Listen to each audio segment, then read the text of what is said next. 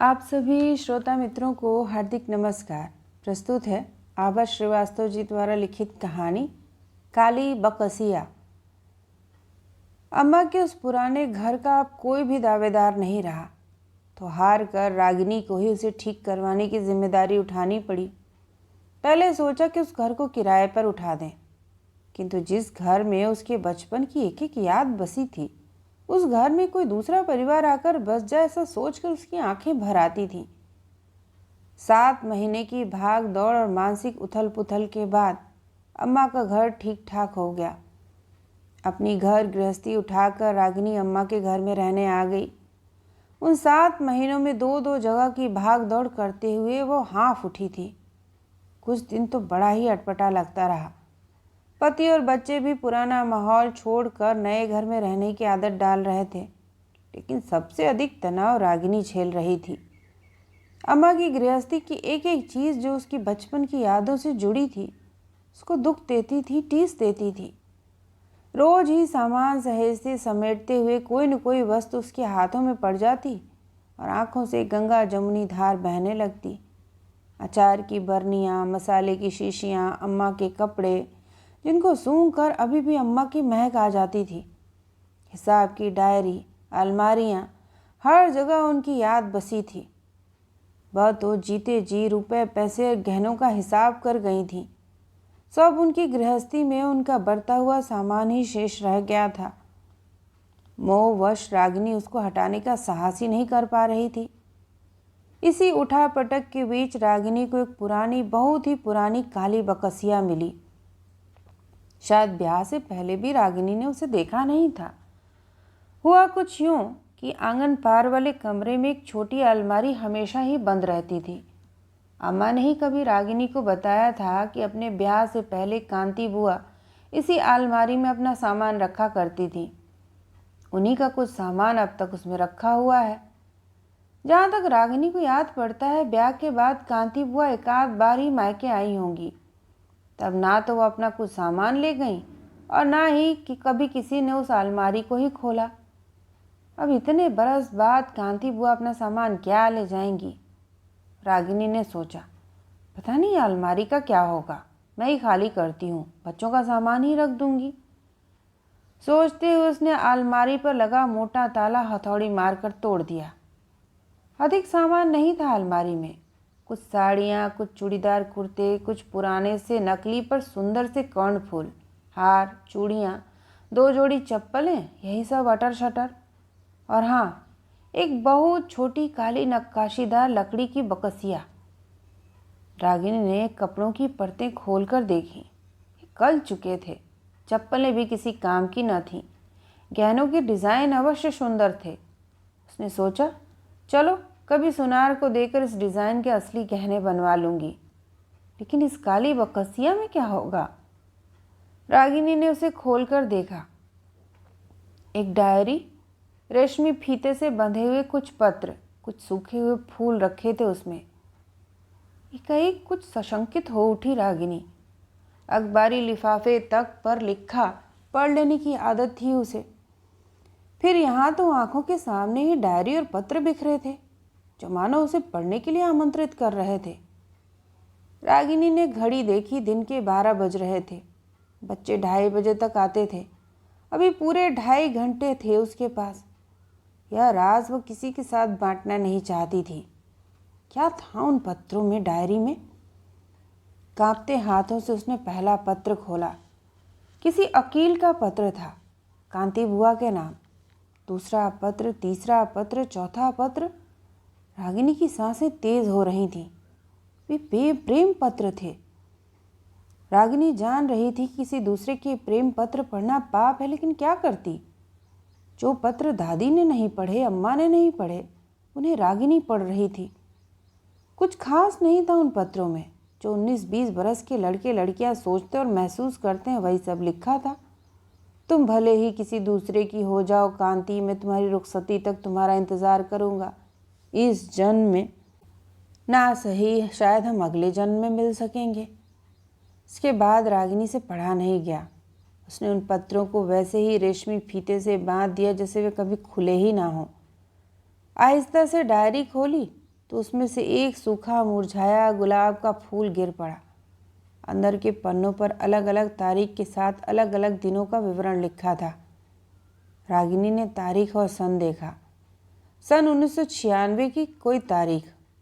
उसी वर्ष बुआ ने यूनिवर्सिटी में एडमिशन लिया था। बीएससी पूरा नहीं हो पाया था उनका, ब्याह हो गया था। डायरी के बीच पोस्ट कार्ड साइज की एक तस्वीर भी रखी थी। तस्वीर के पीछे लिखा था, अपनी कांति को प्यार सहित, अकील। रागिनी बड़ी देर तक उस तस्वीर को देखती रही, फिर उसे उस डायरी में वैसे ही रख दिया। काली बकसिया बंद करके उसने अपनी अलमारी में कपड़ों के पीछे छिपा दी और घर गृहस्थी के दूसरे कामों में व्यस्त हो गई। कितने बरस से अलमारी किसी ने खोली नहीं थी। कांति बुआ को मायके आए हुए भी कितना समय हुआ। ब्याह के बाद शायद घर के किसी सुख दुख में वे नहीं आई थी। क्यों? इस क्यों का उत्तर रागिनी के पास नहीं था। उसके मन मस्तिष्क में अंधड़ चल रहे थे। कौन था अकील? यौवन की वासंती उम्र बुआ पर आई थी। कुछ मधुर मादक प्रणय स्वप्न उन्होंने भी देखे थे, लेकिन वे सब इस काली बकसिया में बंद होकर रह गए। फूफा जी भी कई बरस हुए नहीं रहे। हाँ, रागिनी को याद आया कि वे तो कारगिल के युद्ध में शहीद हो गए थे। अम्मा से ही उसे कांति बुआ की जब तब खबर मिलती रहती थी। बुआ की कोई संतान भी न थी। फूफा जी के न रहने के बाद उन्होंने अपनी अधूरी शिक्षा पूरी की और पीएचडी करके ससुराल के शहर के ही महाविद्यालय में व्याख्याता हो गईं। रागिनी अंतर्द्वंद में उलझी थी कि पता नहीं बुआ को अपनी इस पुरानी पूंजी की याद है भी या नहीं। बहुत उहापोह सोच विचार के पश्चात उसने अम्मा की डायरी से बुआ का फ़ोन नंबर ढूंढ निकाला। हेलो बुआ, मैं रागिनी, आपसे कुछ कहना था। आप कुछ दिन मेरे पास रहने आ जाएंगी क्या? हाँ हाँ, मैं अम्मा वाले घर में ही आ गई हूँ, एक सांस में बोल गई थी रागिनी। उस तरफ सन्नाटा था। कोई विशेष बात तो नहीं रागिनी? बुआ का कोमल किंतु गंभीर स्वर सुनाई दिया। नहीं बुआ, कई बरस हो गए आपको देखे हुए। अम्मा के घर आकर आपकी याद हो आई। फिर यह घर आपका मायका भी तो है। आ जाइए तो अच्छा लगेगा। अम्मा के बाद आप ही तो हैं। रागिनी बड़ी चतुराई से बात छिपा ले गई। रागिनी के आमंत्रण पर 2 दिन बाद ही कांति आ गई थी। कितने बरस बाद देखा था उसने बुआ को, लेकिन उनको मानो उम्र छू कर निकल गई थी। न हाथ में चूड़ियाँ, न माथे पर चंदन का टीका। एक मर्दानी घड़ी और काले बॉर्डर की बादामी साड़ी में बुआ बेहद सौम्य लग रही थीं। माथे की नन्ही काली बिंदी कितनी सुंदर लग रही थी उन पर।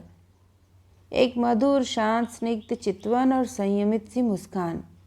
कितनी स्थिरता आ गई थी कांति बुआ के संपूर्ण व्यक्तित्व में। रागिनी कुछ पल उन्हें निहारती ही रही। फिर कांति ने उसे खींचकर गले से लगा लिया। क्या देख रही है रागिनी? बहुत बदल गई है क्या तेरी बुआ? हंस पड़ी और उसका वही मोहक गज दंत रागिनी ने देख लिया जिसके लिए वह बचपन में दीवानी रहती थी। बुआ के गले लगकर उसकी आंखें भर आई थीं। उनका हाथ पकड़कर वो उन्हें घर के अंदर खींच लाई। इस समय पूरे घर में सन्नाटा था। रागिनी के पति दफ्तर के काम से टूर पर बाहर गए थे और बच्चे कुछ दिन के लिए दादी के पास। खाने से निपटने के बाद अम्मा वाले कमरे में बुआ भतीजी जा लेटी साथ में, तो कितनी स्मृतियां दोनों के मन मस्तिष्क में साथ साथ तैर गईं। भाभी के बिना यह घर कितना सूना सन्नाटा लगता है रागिनी। वैसे तूने इस घर को इतना बदल दिया कि पुराना कुछ याद ही नहीं आ रहा। अगर छत पर भाभी के लगाए पौधे न होते और आंगन में तुलसी का चौरा न होता तो लगता किसी और के घर आ गई हूँ। कांति आराम कुर्सी पर लेटी सी थी। फिर भी एक खुशबू। बहुत अच्छा किया रागिनी जो तूने इस घर को फिर से बसा दिया। कांति ने आंखें मूंद ली थीं। माथे पर हल्की लकीरें स्पष्ट दिखाई दे रही थीं। शायद वे किसी सोच में डूब गई थीं। बुआ, तुम्हारा कुछ और भी तो इस घर में छूट गया है, याद नहीं पड़ता क्या? रागिनी धीरे से बोली। मैं तो पूरी की पूरी यहीं छूट गई थी। इस घर से गई ही कहाँ थी मैं? बरसों बरस से इसी घर के बंद द्वार से सटकर कभी बारिश में भीगी, कभी सर्दी में कांपी, कभी गर्मी में तपती रही कि शायद कोई द्वार खोल दे, मुझे बुला ले। पर किसी ने कभी बुलाया ही नहीं। आती कैसे? आज तूने बुलाया तो मैं आई। कांति रुआसी डूबी सी आवाज़ में बोल रही थी। इस घर में ब्याह के बाद एक बार जग दिखावे के लिए मैं आई अवश्य, लेकिन भैया भाभी अम्मा की आंखों में अपने लिए भागो भागो जल्दी जाओ इस घर से वाले भाव मैंने पढ़ लिए थे। आना बहुत कम हो गया था मेरा। धीरे धीरे समय के साथ इस घर ने कितने सुख दुख झेले, लेकिन मैं एक बार जो पराई हुई तो फिर इस घर ने दोबारा मुझे नहीं अपनाया। अम्मा के ना रहने पर अंतिम बार जो मैं इस घर से गई तो दोबारा पलट कर नहीं आई। मन पक्का कर लिया था मैंने। कांति उदास हो आई थी। जाने की नहीं रागिनी कि मैंने मायके की दहलीज पर आना क्यों छोड़ दिया था? नहीं बुआ, मुझे कुछ नहीं जानना, कुछ नहीं पूछना। बस तुम्हारी अमानत, तुम्हारी पूंजी तुम्हें सौंप देनी है। रागिनी उतावली सी कह गई। यह नहीं सोचा कि बुआ के मन में कितनी उथल पुथल मची होगी। मुझे पता है तूने कोने वाली अलमारी खोली होगी, शायद काली बकसिया खोलकर मेरे वो प्रेम पत्र भी पढ़े होंगे जो मेरे सिवा किसी ने कभी नहीं पढ़े। रागिनी मूर्खों की तरफ बुआ का मुंह देख रही थी। अब इतने बरस बाद इस उम्र में क्या फ़र्क पड़ता है कि मैंने भी कभी किसी से प्यार किया था। कांति की बंद आंखों से आंसू की एक बूंद लुढ़क कर उसके आंचल पर गिरकर अदृश्य हो गई। अकील कौन था बुआ? नाम सुनकर कांति ने भीगी हुई पलकें खोल दी। क्या करेगी जानकर? तू भी अपनी बुआ से घृणा ही करने लगेगी। वह मेरे जीवन का एक भयानक दुस्वप्न था। मेरे घावों को मत कुरेद रागिनी, बड़ी टीस उठती है। नहीं बुआ, मेरा विश्वास करो, जो कुछ भी तुम्हारे मन में है कहो, मन हल्का हो जाएगा। कांति बेहद कश्मकश में थी। एक अंधड़ सा चल रहा था उसके मन में। पलकें मूंदते ही उसकी आंखों के सामने आता है एक रोती बिलखती, दया की भीख मांगती, चीखती चिल्लाती लड़की का चेहरा। और एक बार फिर कांति उसी तरह पसीना पसीना हो गई जैसे उस दिन हो गई थी। तब कांति बीएससी प्रथम वर्ष की छात्रा थी। यूनिवर्सिटी में एडमिशन लिया था। गर्ल्स कॉलेज से यहाँ माहौल भिन्न था। यहाँ लड़के लड़कियाँ साथ पढ़ते थे। अकील फाइनल ईयर का छात्र था। उसे कांति पहली ही दृष्टि में भा गई थी, किंतु कांति इशारों और फिक्रों की तलबगार लड़की नहीं थी। उसके दृढ़ चरित्र का तेज उसके चेहरे पर दमकता था। पहले तो इजहार इकरार के संबंधों की भी गुंजाइश नहीं निकल सकी, लिहाजा यह चाहत एक तरफा मसला बनकर ही रह गई। कांति और अकील के मजहब अलग थे। रीति रिवाज, रहन सहन, खान पान कुछ भी तो नहीं मिलता था। सो आरंभ में लगा कि उनकी राहें बिल्कुल अलग थीं। लेकिन शायद कांति के भगवान और अकील के खुदा ने उनकी किस्मत में कुछ अलग ही लिख रखा था। किसी दिन रिक्शा में बैठी कांति का दुपट्टा शायद पहिए में फंसकर उसका गला ही दबा देता कि इन मौके पर अकील ने पता नहीं किस तरकीब से कांति को रिक्शे से खींच लिया। सांसें रुक सी गई थी कांति की।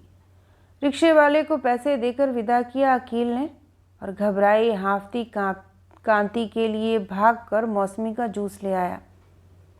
यहीं से आरंभ हुआ उस प्रणय गाथा का प्रथम अध्याय। कांति दीवानी हो गई थी अकील के लिए। अकील मेडिकल की तैयारी कर रहा था। जब अकील ने उस पर दबाव डालना आरंभ किया कि वह घर में अपने और अकील के ब्याह की बात करे, कांति बौरा ही गई थी। पिता तुल्य बड़े भाई से वह तर्क पर तर्क किए जा रही थी। आज भी कांति उस क्षण को याद करती तो कितनी ग्लानि, कितनी शर्म महसूस होती है उसे। भैया के सम्मुख वो अड़ ही गई थी। मैं तो इसी के साथ ब्याह करूंगी भैया, चाहे आप कुछ भी कहो। वह मुझे बेहद खुश रखेगा। कल को वो बहुत बड़ा सर्जन बनेगा तो आप ही कहेंगे मेरा चयन बेजोड़ था। मूर्ख कांति की समझ में नहीं आ रहा था कि जिस लड़के का अभी तक मेडिकल में चयन ही नहीं हुआ और कोई गारंटी भी नहीं कि हो ही जाए, उसके उज्जवल भविष्य का पूर्वानुमान कैसे लगाया जा सकता है। कांति की जिद पर भैया अकील के घर भी हो आए। लेकिन उनकी अनुभवी दृष्टि ने एक बार में ही अकील और उसके घर वालों की खोटी नीयत को भांप लिया था। बेहद कड़ाई के साथ कांति की पढ़ाई रोक दी गई। विद्रोह करने का साहस उसमें नहीं था। कांति के लिए रिश्ते खोजे जाने लगे। इन्हीं रिश्तों में से कैप्टन प्रभाकर का रिश्ता सर्वथा सुयोग्य नजर आया और अच्छा मुहूर्त देखकर कांति और प्रभाकर की सगाई हो गई। सगाई का पूरा कार्यक्रम संपन्न होने के बाद जब अपनी उंगली में सगाई की अंगूठी देखी, तब कांति को एहसास हुआ कि अब उसका जीवन किसी और के नाम हो चुका है। तड़प उठी थी वह। उधर अकील को बाजी पलटती दिखाई दी तो वो बौखला सा गया था। उसे लगा सोने के अंडे देने वाली मुर्गी हाथ से निकल गई। उसके कुछ अजीज दोस्तों से उसकी तड़प देखी नहीं गई। परिणाम स्वरूप एक घिनौने कृत्य को अंजाम देने का निर्णय लिया गया। एक भयानक धोखे की नींव रखी गई। कांति को एक पर्ची फेंककर अकील ने अंतिम मुलाकात के लिए बुलाया। संभवतः कुछ शिकवे शिकायतें, कुछ मिलन बिछोह अथवा कुछ कही अनकही बातें कहने के लिए। बावरी कांति भाभी से झूठ बोलकर सहेली से मिलने का बहाना करके घर से निकल पड़ी। घर वालों का विश्वास तोड़ने वाली कांति की नियति में तो ईश्वर ने कुछ और ही लिख रखा था। अकील और उसके दोस्तों ने मिलकर कांति को सबक सिखाने की ठान रखी थी। बीते दिनों का चित्रपट वर्तमान में बैठी कांति की आंखों में साकार रूप लेने लगा। प्रणय के मद में डूबी कांति उस सुनसान वीराने में अकील से मिलने जा पहुंची थी, कितने विश्वास के साथ। लेकिन वहां तो अकील के साथ शौकत, रमेश और विक्रम भी थे। शायद उन सभी का उद्देश्य इतना बुरा न था। वे स्वयं भी घबराए हुए थे, किंतु डरी हुई कांति को देखकर उनका साहस कुछ और बढ़ गया। अकील ने कांति पर बेवफाई का इल्ज़ाम लगाते हुए जब घड़ियाली आंसू बहाने शुरू किए तो आरोपों प्रत्यारोपों का सिलसिला चल निकला और इस सिलसिले का अंत एक भयानक विवेकहीन कृत्य के साथ हुआ, जिसकी आंधी कांति को झिझोड़कर गुजर गई। कांति संज्ञा शून्य होकर गिर गई थी। उसके बाद अंधकार, सिर्फ अंधकार, क्योंकि चेतना लौटने के बाद भी जो खोया गया था वह अब लौटाया नहीं जा सकता था। शौकत, रमेश, विक्रम तो भाग खड़े हुए। अकील न जाने किस लिए रुक गया। घायल कांति को होश में लाकर बाइक पर बिठाया और मशीन की तरह ठेल कर उसे घर तक पहुंचा दिया। उफ, कितनी भयानक कहानी थी बुआ की। रागिनी के उस ठंड में भी पसीना छूट गया। कांति धीरे धीरे कह रही थी, मेरी इस कलंक गाथा का अध्याय घर में पता चला तो सबके पैरों तले जमीन खिसक गई। लेकिन समझदारी इसी में थी कि इस बात को दबा दिया जाए। बड़ी जीवट वाली थी मैं, जो अपने तन मन पर हुए इस अत्याचार को झेल गई। कुछ महीने बाद कैप्टन बड़ी धूमधाम से बारात लेकर आए और मैं उनकी ब्याहता बनकर इस घर से विदा हो गई। विदा के समय अम्मा ने यही कहा, बिट्टू, तेरे मायके की इज्जत अब तेरे हाथ में ही है। अभी हमें और भी बेटियां ब्याहनी हैं। यह घर आज से तेरे लिए पराया हुआ। अम्मा की यही बात मैंने गांठ बांध ली। अब तो समय के रेले में बिछड़े सब लोग पता नहीं कहाँ निकल चुके होंगे। बुआ, कुछ दिन तो रुकोगी ना? रागिनी ने बड़े स्नेह के साथ कांति का हाथ सहलाया। हाँ री, इतने बरस बाद मायके आई हूँ। कई सुख दुख साझे करने हैं, कई हिसाब किताब निपटाने हैं। कांति एक फीकी हंसी हंस पड़ी। जाने कैसी बेचैनी थी उसके मन में। ऐसा लग रहा था यहाँ इस शहर में कोई बरसों से उसकी प्रतीक्षा कर रहा है, बुला रहा है। पहले कभी उसे ऐसा नहीं लगा था। अगली सुबह कांति अकेले ही निकल पड़ी। आज उसने सोच रखा था कि शहर की गलियों, सड़कों और बाज़ारों को घूमते हुए अपने कॉलेज, यूनिवर्सिटी भी हो आएगी। रिक्शा में चलते हुए कितने ही पुराने पहचाने घर, दुकानें, सड़कें दिखी। रिक्शे वाले को रास्ता बताते बताते जाने वो कब उसी परिचित घर के सामने दरवाजे पर ही आ खड़ी हुई, जहाँ बरसों पहले उसने ब्याह कर आने का सपना देखा था। अरे हाँ, यह तो अकील का घर था। कांति को थोड़ी झिझक और संकोच महसूस हुआ। उस घर के आसपास नई इमारतें खड़ी हो गई थीं, जिनके बीच में वो बेहद फीका और बदरंग लग रहा था। कुछ संतुलित होकर कांति ने द्वार खटखटाया। भीतर सन्नाटा था। इतने में कुछ खड़का और सांवली सी किशोरी ने द्वार खोल दिया। अकील हैं क्या? हकलाते हुए कांति ने पूछा। आइए। उसने कांति को रास्ता दिया।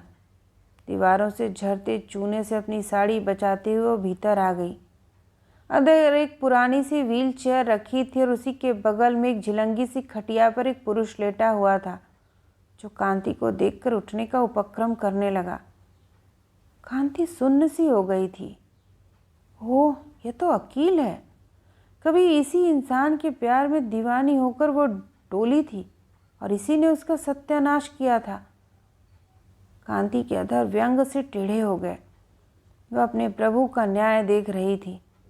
आज उसने अपने सामने एक कृशकाय वृद्ध को देखा, जिसका तन फालिज से निष्प्राण था। पूरे शरीर पर सफ़ेद दाग वाली बीमारी फैल गई थी। कांति सकते किसी हालत में स्तब्ध सी खड़ी थी। आप कौन हैं? उस किशोरी ने पूछा। मैं कांति, इनके साथ यूनिवर्सिटी में पढ़ती थी। सूखते गले से कांति बड़ी कठिनाई से बोल पाई। इतने में उठने और कुछ बोलने के प्रयास में अकील खटिया से लुढ़क कर गिर पड़ा। मुझे यहाँ नहीं आना चाहिए था, पता नहीं क्यों आ गई, मैं चलती हूँ। मानो स्वयं से ही बड़बड़ा रही थी। तभी बाहर से उसी की उम्र की एक महिला की आवाज़ अंदर से आई। शिरीन, अब्बू को खाना खिला दिया क्या? हाँ अम्मी, इनसे मिलो, पता नहीं कौन है, अब्बू इन्हें जानते हैं शायद। उस महिला ने कांति को बड़े ध्यान से देखा। आप कांति तो नहीं? हाँ, लेकिन आपने मुझे कैसे पहचाना? और आप कौन? आदाब, मैं नुसरत, अकील की बीवी। बेहद शाइस्ता दिखने वाली उस महिला ने नर्स की यूनिफॉर्म पहन रखी थी। आपकी तस्वीर देखी थी मैंने।